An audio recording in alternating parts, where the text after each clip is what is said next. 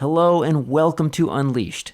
I'm your host, Will Bachman, and I'm here today with Jason Sanders, who runs Flycast and which recruits management consultants and IT consultants for a range of firms.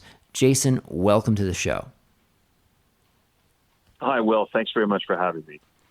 So, Jason, I understand that you're a second-generation recruiter. Tell me a little bit about what drew you into the business. Well, I had never set out to be a recruiter. I actually had planned to be a history professor, but I realized in the 90s that I was going to do much better financially and otherwise. My wife did not want to move with me to Germany and watch me read books in archives, and so I decided to become a recruiter. Started out recruiting for consulting firms that were in a high growth spurt at the time. We've done work with Accenture and KPMG and Ernst & Young and a whole variety of other ones. And that was growing out of work that we had been doing, placing CIOs and VPs of IT. And then at some point, I took over the business from my father. He retired, and I have been really running the firm in the direction of smaller and mid-sized consulting firms over the last several years. And then also working with software companies. And occasionally we do work with some of the large firms, but most of the clients that we work with are in a variety of different niche areas and are very interesting companies to work with, to be honest. So a lot of listeners of the show may be alums of large global firms that are name brands that we've all heard of, KPMG or Deloitte or McKinsey or Bain or BCG and so forth. What draws people to join a mid-size firm? I'm sure you have to sell people on these opportunities. What sort of is the draw for people to join a firm of that size? Yeah, you're absolutely right. I mean, it definitely takes some selling to get people to move. Most people that are in McKinsey or Accenture or other large firms don't have the idea that, okay, I'm going to move and join a smaller or mid-sized firm. Some do, but most don't. And I think what happens with a lot of folks, this is particularly at mid-levels, is they kind of reach a place where they don't feel like their career is going to develop as quickly or in the way that they would like. They don't have the kind of flexibility to pick projects that they work on. Maybe they're getting, becoming too much of a generalist and not much of a specialist, or the other way around. And there's something that's creating some kind of a problem for them and having them look in a different direction. Many go through the process of thinking about going into industry, and many decide that that's the path that they want to take with their career. But there are also a lot that look at industry and they say, well, this really isn't the place that I want to go. They don't necessarily know about mid-size and smaller firms, at least not directly, right? So you sort of need to convince them to consider that as an option, and they need to understand how those companies will help them meet their career goals. And it's really connecting the two. And I think this is true in any kind of recruiting situation. It's not so much selling the opportunity but as it is to relating what a person wants to do and where they want to head in their career with the opportunity that you have.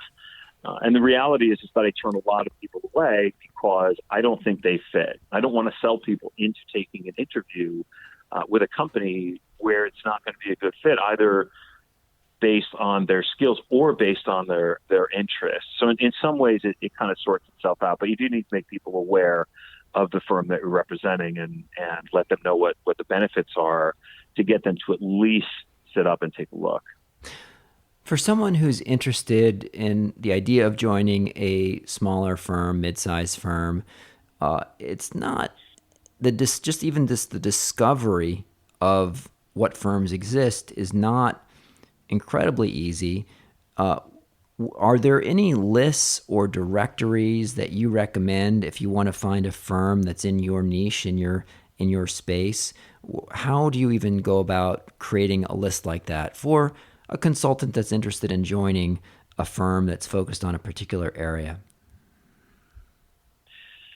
Well, that is a question that I need to answer for myself fairly regularly because it's a business development question for us as well. Who are some new firms that we could go after because small firms seem to crop up all the time?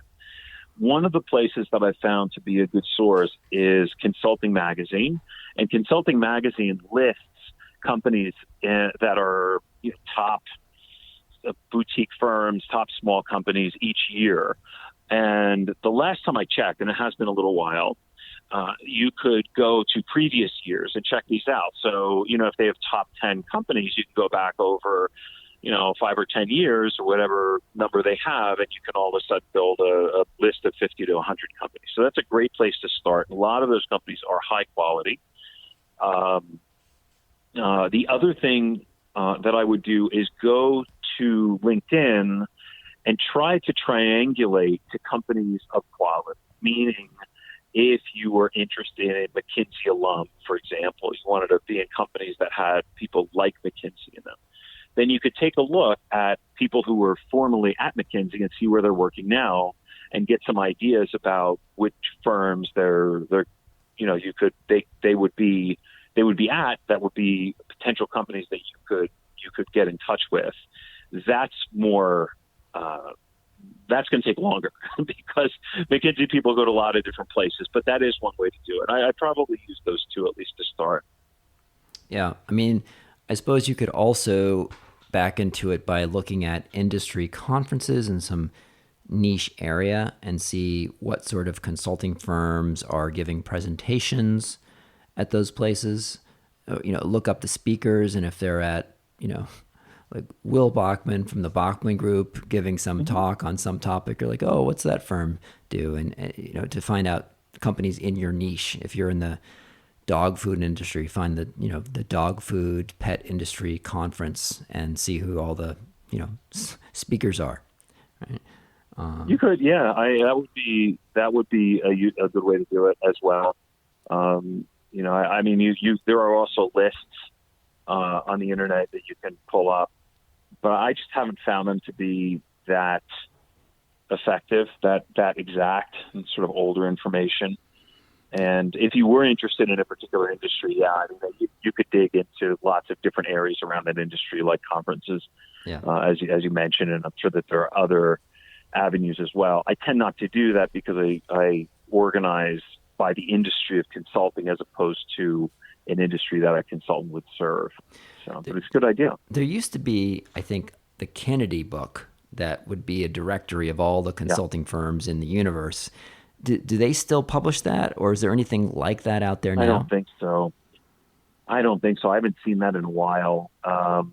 They were acquired also, Kennedy. I was looking, somebody had asked me about a compensation survey recently, and I was able to track them down, but it was not an independent kind of organization as it had been in the past.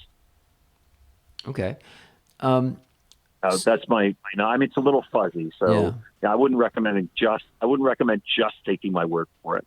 Go check on the internet and see what you find. But I don't believe that has the same kind of information. And frankly, there are services, if you're talking about just recruiters, there are services that can put you in touch with recruiters, but I don't know that that's going to be the most helpful in a job search.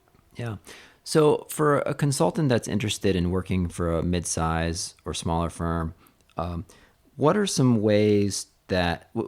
things from your experience doing many, many searches that these firms are looking for in terms of skill sets and of the people they're hiring? Is it anything different than for a larger global firm? I think that it is at times, and it's very different. It tends to be more specific. Smaller firms tend to be more niche. They tend to focus in a particular area of industry or function, or they have some kind of flavor that makes them different, that they use as a marketing edge. And I think that also is legitimate in terms of the services that they provide many times. And they will look for very specific types of service, very specific functional industry areas, in many cases. That's particularly true with people that are further on in their career. They'll tend not to hire generalists as much. More junior people, you get a little bit more leeway, but they tend to be still more interested in skill sets, or I should say, in experiences than potential and skill sets. Right? I mean, that tends to be the case.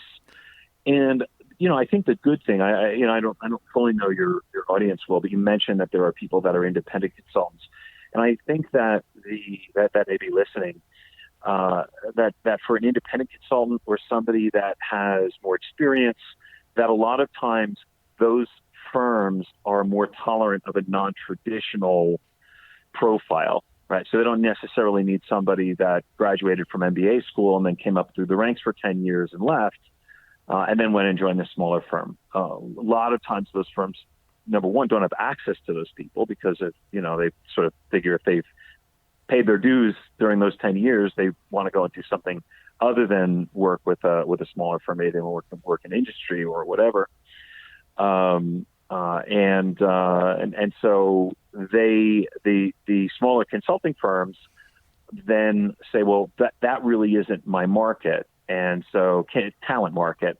So the talent market then are people that really know the industry well, which opens up opportunities for people that have those industry and functional experiences, even if they don't have the same resume as somebody that's coming out of one of the major firms, for example. That makes sense. Maybe you could give us a sense by going through some of the mandates that you're currently working on now, not sharing the client names, obviously, but could you go through a few of the active searches that you're working on to give us a sense of the range of what you do? Yeah, I'm happy to. We have a client where we're working on a variety of different sort of mid-level positions in financial services, and they tend to hire project manager types, and we just get all different kinds of remits from them. Various types of shades of different skills with the ongoing theme of project management. Let's see, we're doing some work with a solo consultant. This is a really unusual one, but this is the kind of work that we pick up because we focus on the smaller firms. But this is it's a solopreneur. He's supported by an operational team, but he's the primary service provider. And he's just gotten to a point where he's overwhelmed himself with work and is looking for somebody to join him as a principal. That's a really interesting role as well because he doesn't have the restrictions of even the mid-size companies. I mean, he's looking for somebody that I would say is sort of mid to senior level. But he can hire somebody that has, maybe 10 years experience out of college all the way up to somebody who has 40 years of experience. It's a really unusual mandate for us. Most of the work that we're doing right now is in the tech area. That's just, I think, because of the pandemic. There are very few consulting firms that are hiring. We're seeing a lot of people coming out of the big five right now that are being laid off. And these are people that, I can't remember the last time I've seen layoffs of people of this caliber, and in pretty large numbers. So if the smaller consulting firms were hiring right now, they would really have their choice to pick from. But, our smaller clients, by and large, are put things on hold or not hiring, and we're just kind of have to wait it out and see. But in the tech space, we've seen more in the pharma space, for example. We're doing a variety of different searches that are sometimes out of consulting. Some are the post-sales consulting implementation type consultants, but we're also doing work in the sales area, VP sales, account executives, and a variety of other positions that support the organization. And that's a way that we go to market. We look to support an organization regardless of what type of person they're hiring. And this is something that we can do because of the clients that we deal with. Most of the client relationships that we have are at CEO level, and we position ourselves to be able to work, at everything through somebody that's a couple of years out of college to their most senior executives. So yeah, I mean, that's kind of where things are right now as I see it. I often get asked by consultants, how should they try to interact with a recruiter such as yourself? Should people be sending you like a resume? Some people, should people like request a call with you, or do you only talk to candidates if they're pertinent to a current search? Tell us a little bit about what a candidate should expect if they want to get your attention, and what's the best way to do that if a candidate wants to just be on your radar screen. Okay, so I'm going to pull back from that question a little bit and just talk about what it looks like from a recruiter's perspective. Please do. Before talking about how to get in touch. Okay, so a recruiter has a certain rec, and we're a retained search firm. I'm sure that this is true for probably most contingent firms, and certainly for firms that are not in the business of placement, right? Of taking money from somebody to help them, whether it's outplacement or to help them find a job, to put their resume out into the universe and so forth. So we get a certain number of recs. The number of recs that we get relative to the number of people that we know or that we get in touch with for a search at any one time is very small. The number is very small. I don't know, 1%, maybe a fraction of 1%, maybe 2%. But whatever it is, you can figure that if you know a recruiter, it's a good thing. You should know recruiters. They should be part of your network if you're a professional. There's no doubt. But you've got to figure that the chances of you being able to find a position through a recruiter, particularly if it's at a specific point in time, right? Because I will place people sometimes that I've known for years.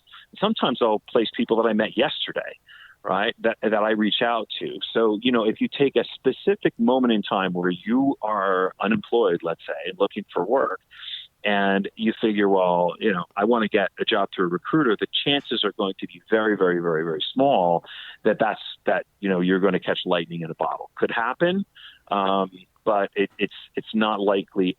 And that's general. There are certain people it's going to be more likely with. There are certain people it's going to be less likely with. But if I go across the board, it's going to be less likely. So what is the reason for having a conversation with a recruiter? In my opinion, the best thing that you can get out of a recruiter is an introduction to somebody else, an introduction to somebody in your field. And it's probably going to be outside of a particular and individual search. It's really important when you're getting in touch with a recruiter to have an idea of what it is that you want to get out of that conversation. If it's interview practice, that's fine, but make sure that is what you really want, because if you are looking for something specific, you've kind of got one chance, and you want to make that clear, and you want to make your best case for it. And in my opinion, that would be the number one thing is, who do you know that can help me get to my ultimate goal of finding a new position? With that in mind, the best way to get it to a recruiter, the best way to get to me for sure, is to know somebody who I know and to ask for an introduction. People that send me resumes blind, almost universally I delete. And part of the reason is that the blind resumes I get are not anything near the area that I focus in. So there's no point, right? So, but when somebody makes a recommendation, I almost never say no. It's just, that's the way that the world works. Somebody recommends somebody good to me, or it's somebody that I know well, or I want to do a favor, or whatever it happens to be. I'm happy to carve out 15 minutes or a half an hour to have a conversation. The best conversations that I have in those where I feel like I can be most helpful is if I understand that person's background really crisply, and I don't feel like I'm being pressured for their next job, or that they are calling me just so that I can keep them in mind for when a rec comes across my desk. And if I'm brutally honest, it feels selfish to me. I mean, if you're calling me, I'm happy to help, but it's not just all about you. But if the person comes to me and they say, "Hey, listen, I'm a pharmaceutical expert. I have a background that's specific in pharmacovigilance, for example." Well, I hear pharmacovigilance. I had a client in the pharmacovigilance area.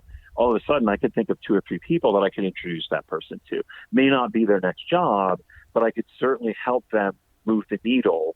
And I'll always look for those kind of opportunities to make those introductions, even outside of particular searches. And I can only do that if I understand what that person wants and what they have to offer really clearly. If it's too broad, then, with my best intentions, I can't help. But to specifically answer your question, the best way to get in touch with a recruiter, certainly with me, is through an introduction through somebody that I know well. And it sounds like the best way or a good way to make use of that time would be to come prepared and say, hey, here's my background in just 1 minute, and here's how you could help me, Jason. It's like, here's maybe, should they share with you a target list of here's kind of the companies that I'm thinking about would be great fits for me, and here is the sort of roles that I'd like. Do you know anyone at any of these companies, or maybe what do you think of this list? Like, how should they? No, I think it's a little more subtle than that. I think, I'm a person, right? I mean, I like to be talked to, and I mean, like anybody, right? I mean, you just kind of want to have a talk. How's the weather? What's new? There's a part of that social element that I think there's a bonding part that needs to kind of come out of the conversation. And that's part of it. So it's not a 5-minute call. Let me present my credentials. This is what I'm looking for. I'm sorry, I didn't really want to take your time. It's not that. It really, it sort of unwinds. At least this is for me, right? I mean, I don't know about other recruiters. For me, it's, have a conversation, get to know the person, understand who they are. And then, if they've thought about a list of companies that they're interested in, that's definitely helpful. Please don't put it in the first 30 seconds of our conversation, but, if we get there, then we get there. And it's helpful to have to be prepared, but to also be flexible and to be ready to adjust to the time that you have. I try to make time. I mean, I make half an hour if I'm going to talk to somebody. It's just, I don't rush phone calls. So, but there may be other people that, okay, I'll give you 10 minutes. And if that's the case, then, you're dealing with and adjust accordingly. So If you offer to make an introduction to the pharmacovigilance, executive that what do you like the person that you've spoken to do? Do you ask people to, draft an intro in the third person on your behalf and send it to you so you can edit it and, forward it along? Or what's sort of the best thing for a candidate talking to you to help facilitate that? Sometimes I do that, yeah. But it will be, 3 to 5 sentences. And it's just if I need something clarified. A lot of times, if I know, I can do it myself with a sentence or two. Depends on how close I am to the people that are involved. But yeah, having something like that is usually pretty helpful. Yeah. Okay. Many of the listeners of this show are independent consultants. In your experience, how do the partners at mid-size firms view that experience? How do maybe executives at companies view that experience? Is it viewed as a negative? Is it viewed as similar to a period of unemployment, or is it viewed as entrepreneurial and drive and that's what we are looking for? What are some ways that it's viewed, and how can people make sure that they present themselves in the best light if they're seeking to transition out of the independent consulting world? Generally, and this is actually in direct contrast to one of the searches I'm working on right now, but generally my clients don't specifically look for independent consultants. That doesn't mean that they won't hire independent consultants, but the situations are variable. Sometimes they are more open. And one of the things that makes somebody more open to hiring an independent consultant, if there's a specific area that they focus on, sort of like what we were talking about earlier. if they can put a brand on themselves as being excellent in a particular industry or function or both, even better, then there's a greater chance. And frankly, it'll be easier to conduct a search because it'll be easier to find companies that are in that particular area, to be able to approach.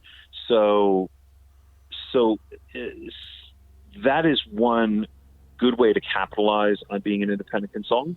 Another way is if you've built a book of business, if you have business that you can bring with you to a client or relationships or something that indicates that that they're not just bringing in the skills and experience, but that you can actually bring money and put it on the table. That's another good thing to be able to do.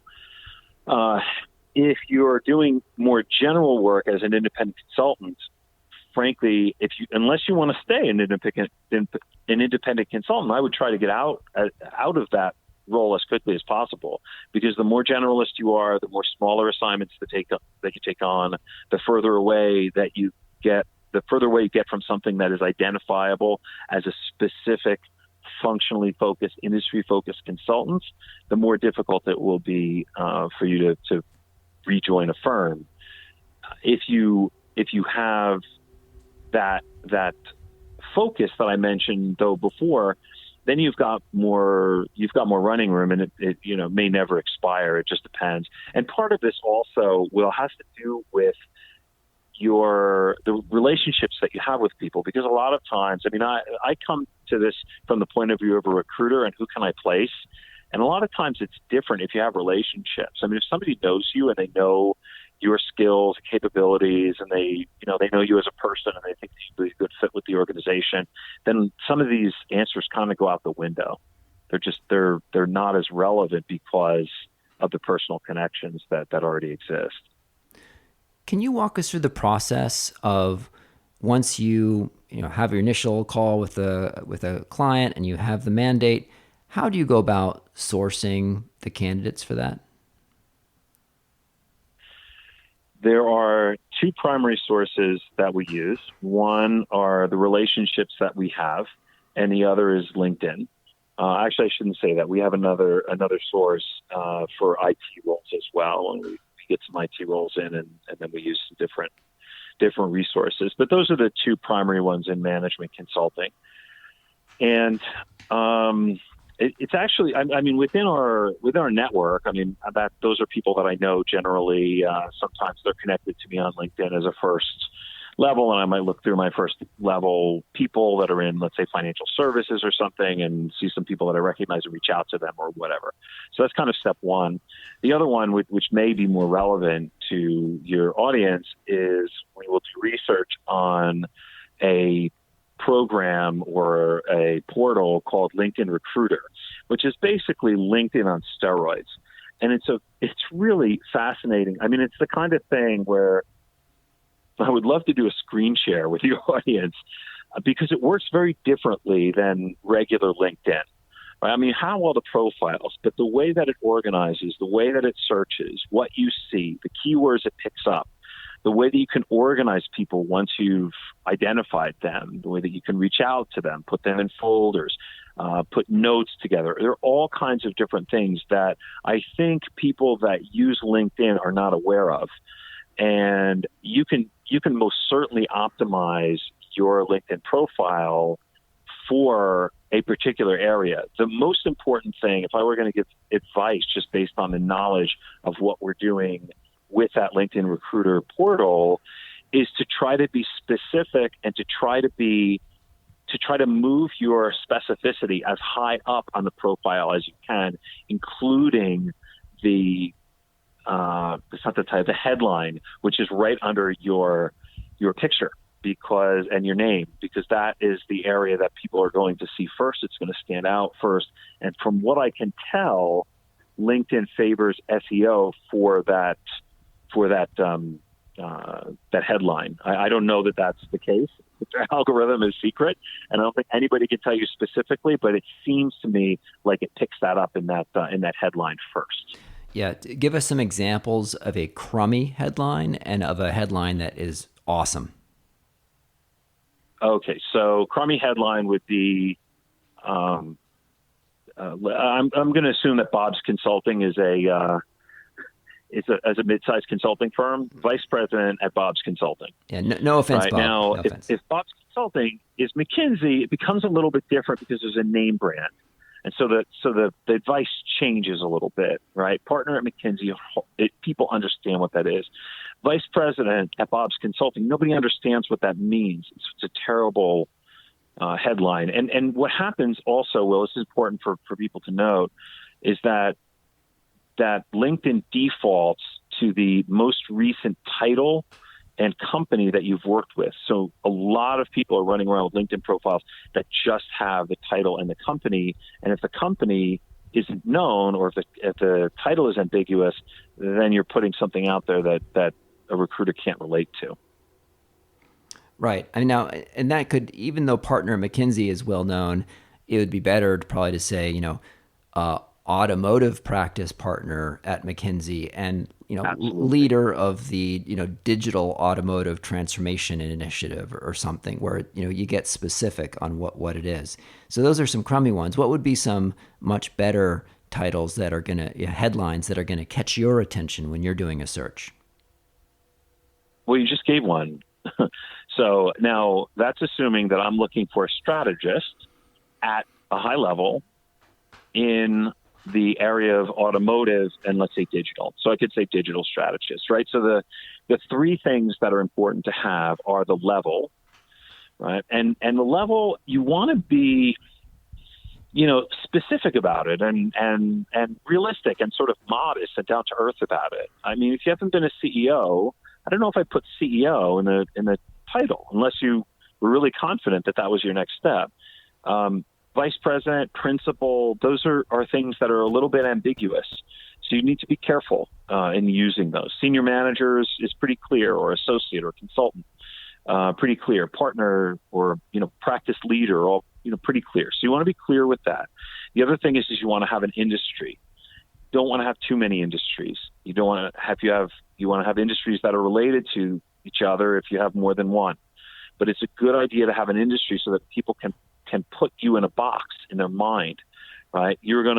With automotive, you're going to eliminate non-automotive, but you might say, heavy industry and automotive, right? This way you capture a little bit more. If you put financial services and automotive, I don't think people will really know where to go with you.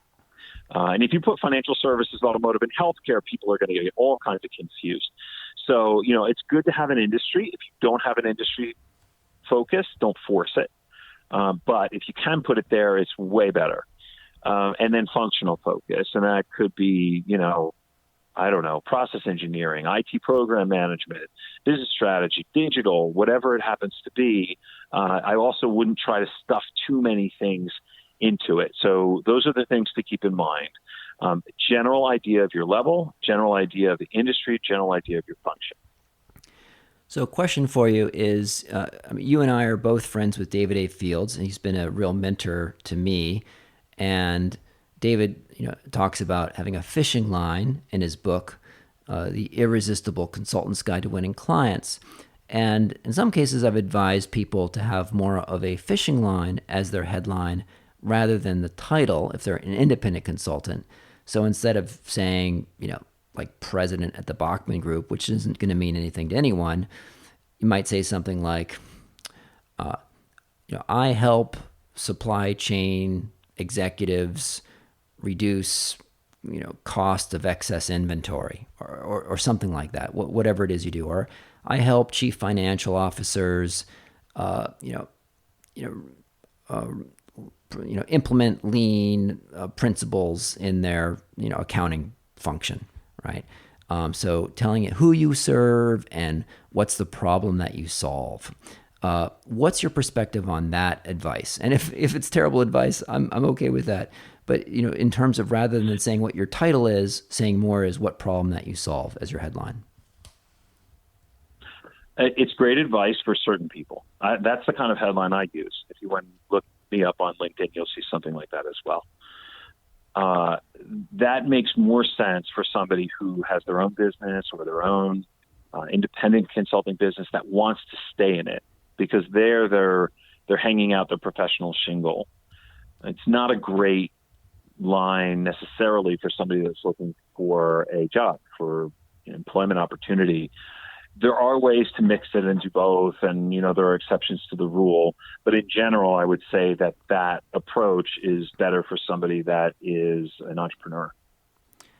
How much weight do you put on of content creation? So if someone has a set of white papers or articles or a podcast or YouTube channel or newsletter on a specific topic, does that make them much more credible in your view, or kind of marginal if somebody's been writing or creating content on a particular topic area? I would love for you to tell me that, Will, with this, given your show. I have had next to no success. I've been creating content since 2008. I had a podcast in 2008.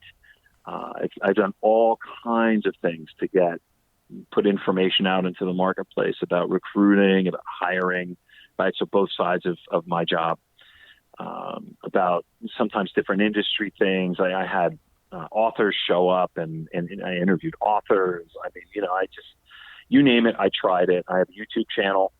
And some of it I refer to at blog. I mean, just all kinds of things. I just never found it helpful in developing business. People have complimented me. Oh, newsletters, like, monthly kind of email sends. People have told me, oh, I've seen your stuff. Oh, it's great. I've gotten nice compliments and things like that. But no business has ever come out of that. So I stopped. I mean, I just found that for me, it's much more valuable just to talk to people. I mean, I stay up with my network, and I found that, one phone conversation is probably worth 25 blog posts or whatever. I mean, I don't know. Other people say that it works great. Maybe it's me. I don't know, but it hasn't worked for me. So I find that networking is something that is a much more effective tool. Mm-hmm. When you're evaluating candidates or selecting between candidates, does that, if one, if you're looking at two candidates and one of them has a blog on a topic and one of them doesn't, and one of them's been writing about a topic for 3 years, I don't know, artificial intelligence or supply chain optimization or pharmacovigilance, and one hasn't, how much of a factor would that play in the minds of, your clients in selecting a candidate, or in even just getting your attention? I mean, have you ever found a candidate from finding their content instead of, through LinkedIn? I'm curious, to hear if that content creation, building a personal brand, how much weight that would play in your mind. I don't think it's going to do much in terms of identifying candidates. We used to do web research that was sort of, scanning the web for all articles and kinds of things like you just described. We don't do that anymore.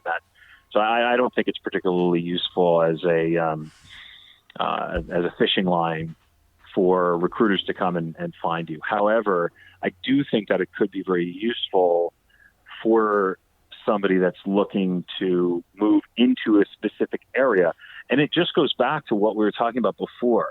If somebody has a very specific area that they focus in, that they're interested in, that they have a name in, that they may be able to bring relationships and business in, and that can be proven through blogs, white papers, presentations, anything like that adds credibility, that's great. I mean, that's gold. I would absolutely say that that's extremely helpful.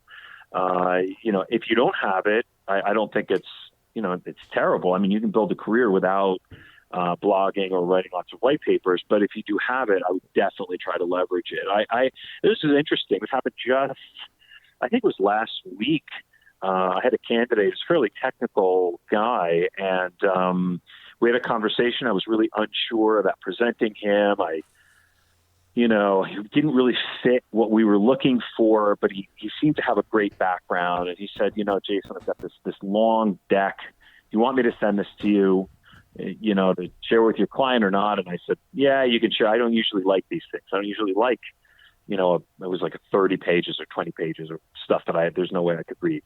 So But I said, yeah, just send it to me anyway. And I looked at it. I said, it looks nice. It looks, it's well done. It's well presented. I sent it to my client. My client loved it, and they wanted to meet him. And I think that a part of it, for sure, they may have wanted to meet him anyway, but that definitely tipped the scales in his favor. So, and now that is not exactly what you were asking, but that kind of supporting information about projects that he had done and the impact that they had put in a really nice PowerPoint presentable form was something that was definitely beneficial to him.